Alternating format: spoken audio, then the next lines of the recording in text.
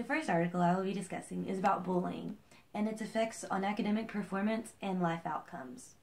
Family environment, poor mental health, physical appearance, and socioeconomic class all play a role in a child's likelihood to become a bully victim. And one thing that I thought was really interesting from the text, bullies and their victims have tendencies that strongly correlate with their development. And oftentimes, the victims have developmental delays, and other issues that arise from being a victim of bullying.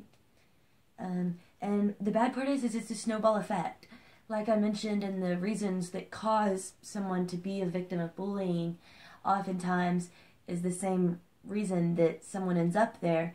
When someone has a poor family environment, and poor physical appearance with dirty clothes and from a low socioeconomic class, is they get bullied, and that lowers their social trajectory and life chances and opportunities, then they will once again end up in that same place, and it really keeps people stuck in a plot, or it keeps people stuck in a spot, and we need to work past that. The main thing from this article is just to create a classroom that promotes friendship and camaraderie, and everybody get along and try to help everybody find the strengths in their classmates and in each other. Cultivating passionate learners is every teacher's struggle. Many argue that it's even more difficult when you're put into a Common Core classroom. This article discussed ways on overcoming those obstacles, to persevere as a teacher and help your students persevere in a Common Core classroom. The first thing that the author, and also an educator and a teacher, wrote is have a voice. Discover your voice. Don't read out a teacher text. Get to know who you are and know how you best are able to display the information to the students. And along with having a voice is helping your children and helping the students have a voice. Giving them time and many opportunities in class discussion, and giving them a time to help discover who they are and help them really think about how they would convey themselves and help them articulate, and which also helps them with language skills. Another thing that I love is she took a really constructivist approach and allowed student feedback to kind of veer where she went from there, or to help her decide on the next lesson or how she would teach it depending on what the students liked best. A really important thing that I love that the article mentioned is giving students ample opportunities for leadership. And I mean, this can be done in many ways on a daily basis, but letting them take ownership, it gives them responsibility, and it makes them build self-confidence and feel proud of themselves. This article overall did a great job at offering suggestions on how to improve the Common Core classroom, and I think there's many things that I could carry on into a classroom. The third article I will be discussing is about virtual reality games and works with dyscalculia or other mathematical learning disabilities in early childhood curriculum. The best thing about this article is its incorporation of technology and computer games into the curriculum. Technology is just abundant and rampant within these young children's lives, and it is really important to incorporate that into the curriculum because that's what they're interested in, and because that's what they're drawn to. That's what keeps them captivated. So it's really important to include that, and it did a great job at doing that and showed positive results from it. Children who suffer from math disabilities, especially dyscalculia, show loss of motivation and math anxiety. The text said this usually happens around first to second grade, especially when multiplication tables start to appear in school. It can cause them severe anxiety where they don't even want to do math and become really withdrawn in the classroom and possibly other subject areas due to their math anxiety. The virtual game that these children played to help their math skills was made up of several games. It included things like addition, subtraction, sequencing, visual space, and mental calculations.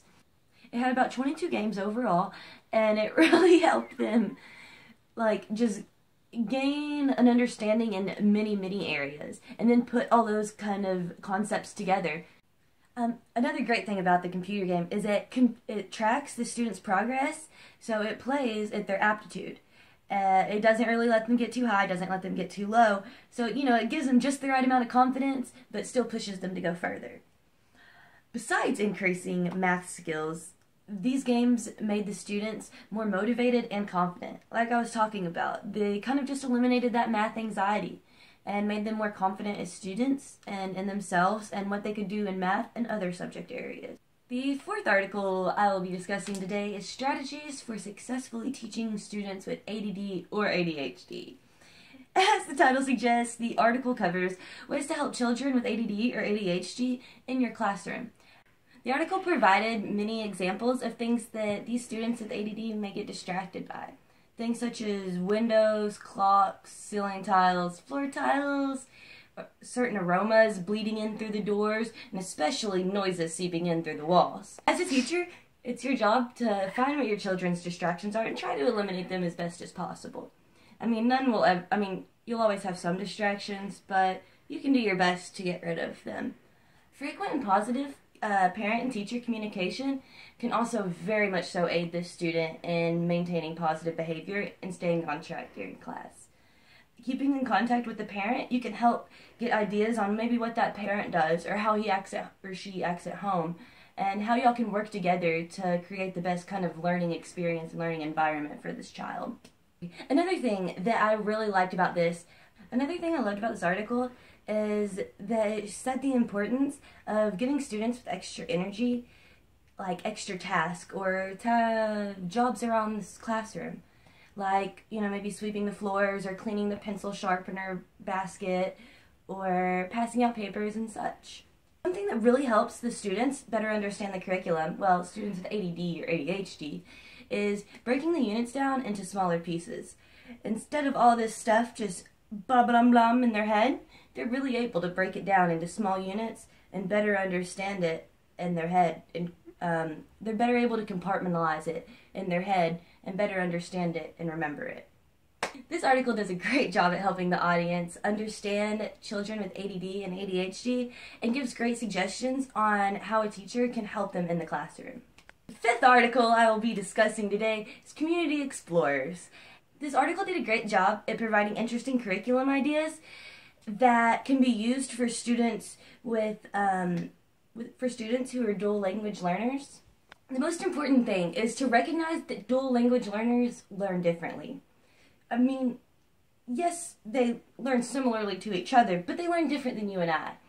And it's important to recognize this. They learn in two different languages. So, although they may be learning one concept in one language, another concept may come into their mind in another language. So it's really important for them to be able to articulate these languages together, or at least understand them together, so that they can really further progress in their academic career. Because if not, it's going to create a really big language gap that's going to be difficult for them to really put the languages together at any other point later on. Okay, I love this article because these children got to go on field trips and got to go around town interviewing all the people speaking Spanish, all the local community workers, such as the garbage man or the meat market man or the just a local grocery shopper.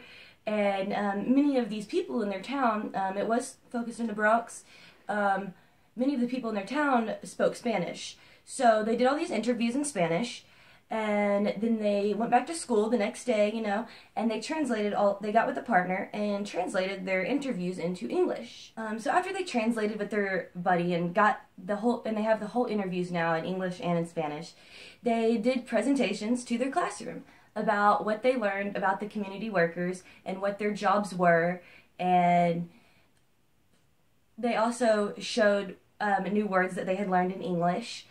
And so this whole thing really helped them develop confidence, and on top of just learning and really becoming more of a master in the languages. But in all, it was a great thing that I would suggest for all schools to possibly impose for ESL students or dual language learners. The teacher, though, on this does a great job at helping the dual language learners master concepts in both Spanish and English. So their future's looking pretty bright. with this project under